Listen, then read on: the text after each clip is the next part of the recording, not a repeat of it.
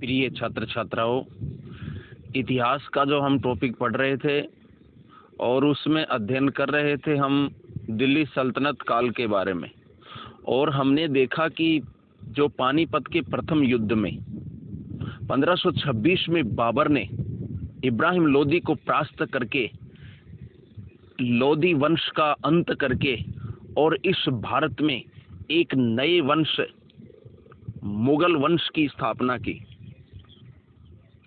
तो अब हम मुगल वंश या मुगल कालीन भारत के बारे में अध्ययन करेंगे।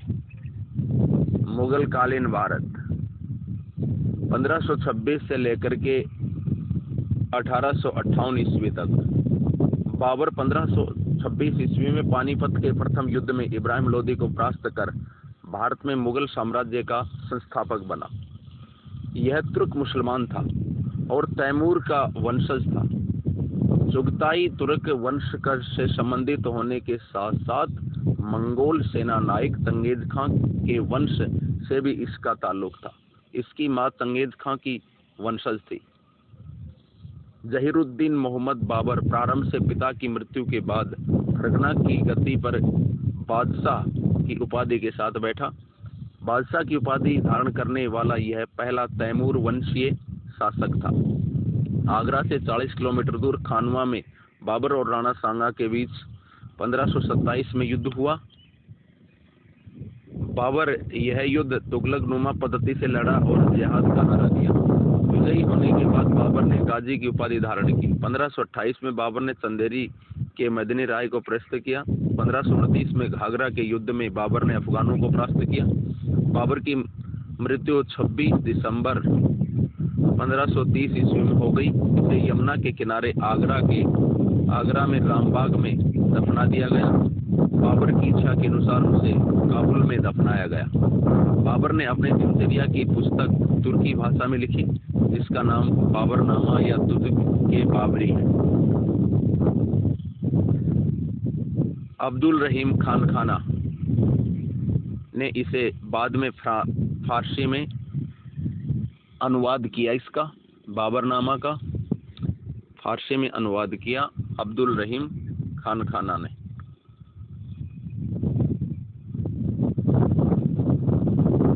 उसके बाद हुमायूं। बाबर के बाद उसका पुत्र हुमायूं नासिरुद्दीन हुमायूं शासक बना। हुमायूं ने अपने भाई कामरान को काबुल और कंधार, अस्करी को संगल, हिंदाल को अलवर व मेवात एवं अपने चचेरे भाई सुल्तान को बदखां प्रदेश प्रदान किया। हुमायूं ने दीनपना नामक से नए शहर की स्थापना की। उसने मालवा व गुजरात पर आक्रमण किया। हुमायूं व अफगान शासक शेर खां के बीच बक्सर के निकट चौसा नामक स्थान पर 1539 में युद्ध हुआ, जिसमें मुगलों की पराजय हुई। चौसा की जीत के बाद शेर खां ने शेरशाह की उपाधि धारण की और अपने नाम के सिक्के चलाए।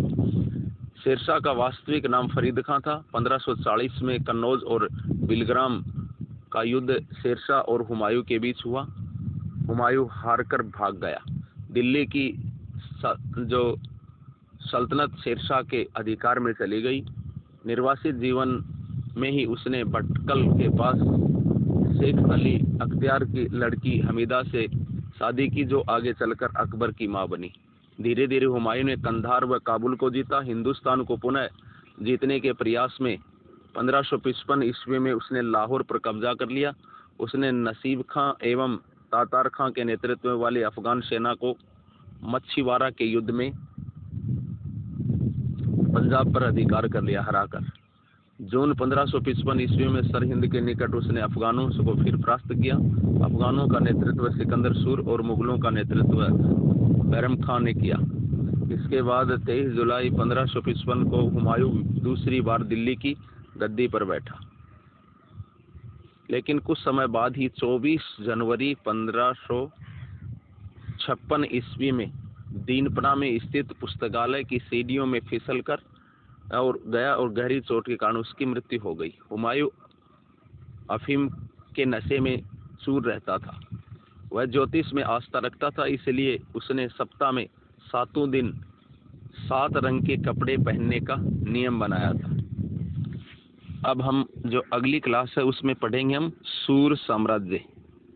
सूर साम्राज्य का संस्थापक फरीद यानी शेर खां हसन खां था। इसके बारे में हम अगली क्लास में पढ़ेंगे। धन्यवाद।